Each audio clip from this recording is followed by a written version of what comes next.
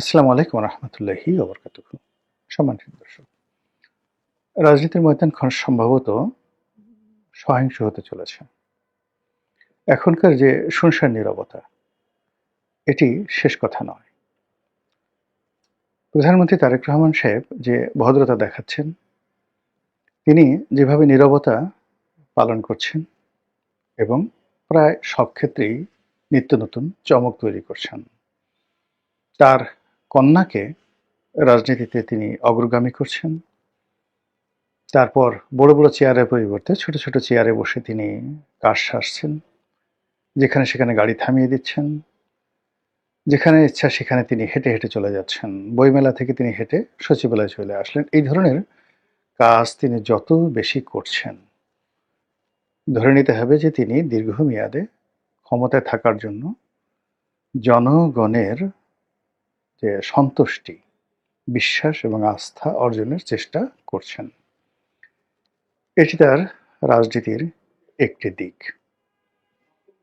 এটির কাউন্টার যে দিক, এটি যদি আপনি কল্পনা করেন, তাহলে আপনি দেখতে পাবেন যে ইতিমধ্যে তিনি যে সিদ্ধান্তগুলো নিয়েছেন খুবই দ্রুত, এত দ্রুত যেটি তার প্রতিপক্ষ কল্পনাও করতে পারেনি। তিনি যেভাবে পুলিশে পরিবর্তন এনেছেন, যেভাবে সেনাবাহিনীতে পরিবর্তন এনেছেন, বিচার বিভাগে পরিবর্তন এনেছেন, মন্ত্রণালয়গুলো সাজিয়েছেন, একজন মন্ত্রীর পেছনে একাধিক উপদেষ্টা, একজন মন্ত্রীর পেছনে একাধিক প্রতিমন্ত্রী যেভাবে লাগিয়ে দিয়েছেন, তাতে করে দাপট দেখাবে, লম্ফজম্প দেখাবে, হাম্বিতম্বি দেখাবে বা মন্ত্রীরা খুব ক্ষমতাধর হয়ে পড়বে মনে হচ্ছে না। অবস্থা দৃষ্টি মনে হচ্ছে কঠোরতার দিক থেকে তিনি আলাউদ্দিন খিলজির নীতি অনুসরণ করছেন। আলাউদ্দিন খিলজি, সম্রাট আলাউদ্দিন খিলজি এবং গিয়াসউদ্দিন বলবনকে বলা হয় ভারতবর্ষের ইতিহাসের সবচেয়ে কঠোর শাসক। তারা তাদের পুরো রাজত্বকে গোয়েন্দা নেটওয়ার্কে আবদ্ধ করে ফেলেছিলেন এবং তাদের মন্ত্রীরা একে অপরের বাসায় দাওয়াত পর্যন্ত খেতে পারতেন না। তাদের পারস্পরিক মেলামেশা বন্ধ ছিল। এরকম একটি অবস্থা এবং তার সুফলও তারা পেয়েছিলেন। আবার অন্যদিকে তিনি যে বিনম্রতা দেখাচ্ছেন, ভদ্রতা দেখাচ্ছেন, এটি দিল্লির শাসক নাসিরউদ্দিন শাহের মতো। আপনারা জানেন গিয়াসউদ্দিন বলবনের মেয়ের জামাই ওই যে দিল্লির সম্রাট নাসিরউদ্দিন শাহ নিজের হাতে রান্না করতেন। রান্না করতে গিয়ে হাত পুড়িয়ে ফেলতেন। তার স্ত্রী একটা দাসী চেয়েছিল, তিনি সেটা দিতে পারেননি। বললেন যে ঠিক আছে, তুমি যেহেতু রান্না করতে পারছো না, আমি রান্না করবো। এরকম নরম প্রকৃতির মানুষ ছিলেন। তো তারেক রহমান সাহেব তার চরিত্রে দিল্লির বাদশাহ নাসিরউদ্দিন আর একই সঙ্গে গিয়াসউদ্দিন বলবন এবং আলাউদ্দিন খিলজির কঠোরতা তিনি অবলম্বন করছেন। তিনি অবস্থা দৃষ্টি মনে হচ্ছে তার অতীতকে ভুলেননি। যার সঙ্গে তার ভালোবাসা ছিল, বিশ্বস্ততা ছিল এবং এই ভালোবাসাগুলো যেগুলো এখনো পর্যন্ত অব্যাহত আছে, তাদের সবাইকে তিনি তার আশেপাশে রেখেছেন।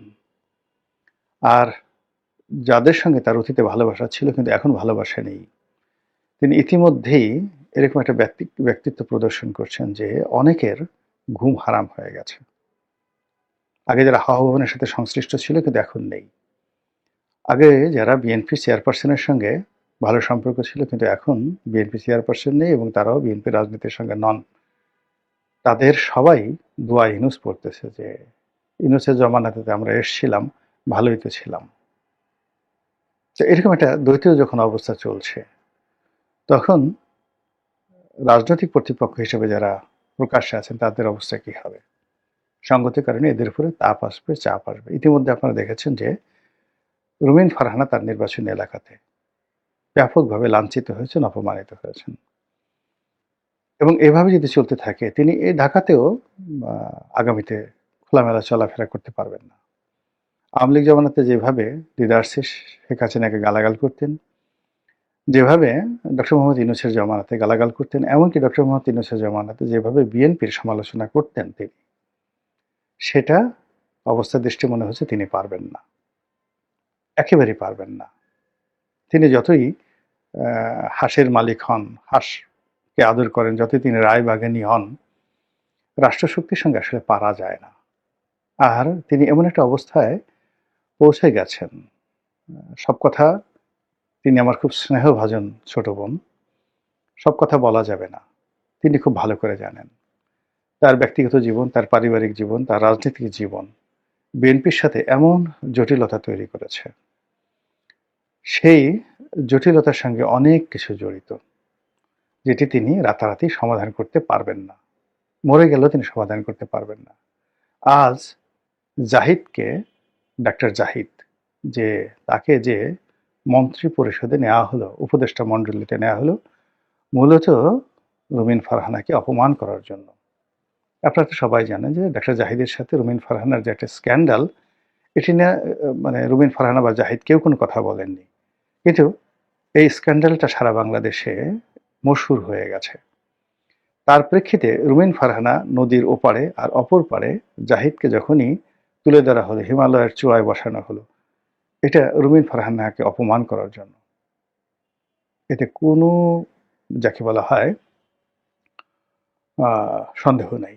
আবার অন্যদিকে রুমিন ফারহানার আরেকটি ব্যক্তিগত বিষয় নিয়ে জনাব তারেক রহমান সাহেব তার প্রতি কতটা বিরক্ত, তিনি সেটা খুব ভালো করে জানেন। কাজেই যারা এই ভিতরে ঘটনা জানে না, তারা হয়তো রুমিন ফারহানা ওখানে স্বতন্ত্র নির্বাচন করে এসছেন, জয়লাভ করে এসছেন, হাঁস মাস প্রায় চলে আসছেন, তিনি খুব হাসি খুশি এতে তালি বাজাচ্ছেন। কিন্তু যদি তারেক রহমান সাহেব প্রতিহিংসা পরায়ণ হন, যেটিকে বলা হয় ভিনডিকটিভ, তাহলে রুমিন ফারহানার খবর আছে, ভীষণ রকম খবর আছে। আর যদি তিনি ভিনডিকটিভ না হন, প্রতিহিংসা পরায়ণ না হন, তবুও রুমিন ফারহানার রাজনৈতিক ভবিষ্যৎ যতদিন তারেক রহমান সাহেব আছেন, এখানে কোনো রকম সম্ভাবনা নাই। বরং অতি উৎসাহী যারা লোকজন রয়েছেন, তারা তারেক রহমান সাহেবকে খুশি করার জন্য অলক্ষ্যে অনেক কিছু ঘটিয়ে ফেলতে পারবেন। কাজেই আমার যে প্রিয় বোন, তাকে সাবধান হতে হবে।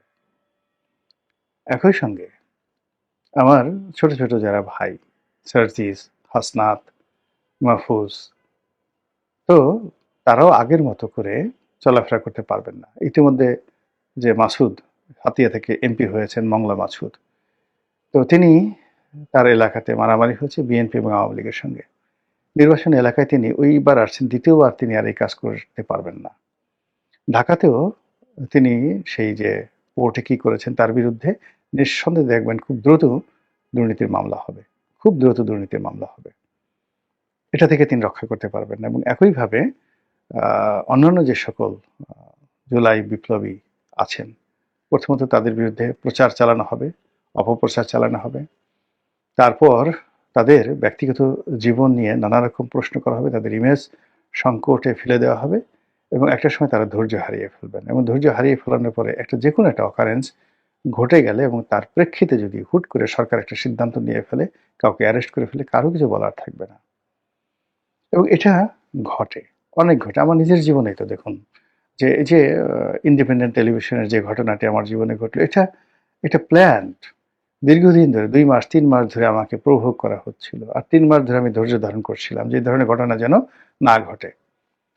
সালমান এফ রহমান সাহেবের যারা লোকজন আছেন, তারা আমার নির্বাচনী এলাকাতে গিয়ে তাণ্ডব করলো, আমার বাড়ি ঘরে গিয়ে তাণ্ডব করলো। আমি ধৈর্য ধারণ করলাম। আমার অফিসে ২ মাস ধরে তারা সেই সকালবেলা এসে টেলিভিশনের ক্যামেরা সেট আপ করে থাকে, সন্ধ্যা পর্যন্ত বসে থাকে। আমি রাত্রে টকশোতে যাই, রাতে ২টা-২.৩০ পর্যন্ত তারা আমাকে ফলো করে। আমার বাসার সামনে ক্যামেরা।